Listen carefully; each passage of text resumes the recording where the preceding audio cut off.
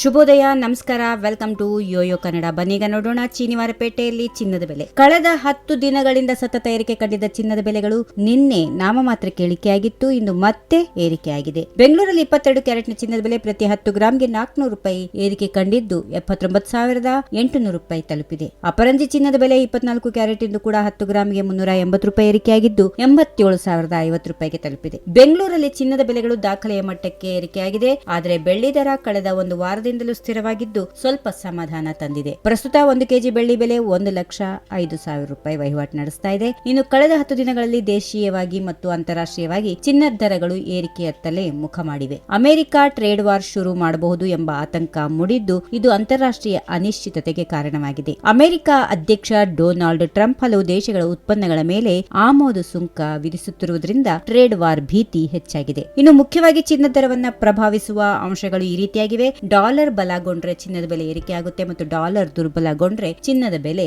ಕುಸಿಯುತ್ತದೆ. ಚಿನ್ನದ ಬೇಡಿಕೆ ಹೆಚ್ಚಾದರೆ ಅದರ ಬೆಲೆ ಏರಿಕೆಯಾಗುತ್ತೆ ಮತ್ತು ಸರಬರಾಜು ಹೆಚ್ಚಾದರೆ ಬೆಲೆ ಕುಸಿಯುತ್ತದೆ. ಚಿನ್ನದ ಬೆಲೆ ಏರಿಕೆಗೆ ಮತ್ತೊಂದು ಪ್ರಮುಖ ಕಾರಣ ದೇಶೀಯವಾಗಿ ಮದುವೆಗಳ ಸೀಸನ್ ಆರಂಭವಾಗಿರೋದ್ರಿಂದ ಇದು ಕೂಡ ಚಿನ್ನದ ಬೆಲೆ ಏರಿಕೆಗೆ ಮತ್ತೊಂದು ಪ್ರಮುಖ ಕಾರಣ ಎಂದು ಹೇಳಬಹುದು.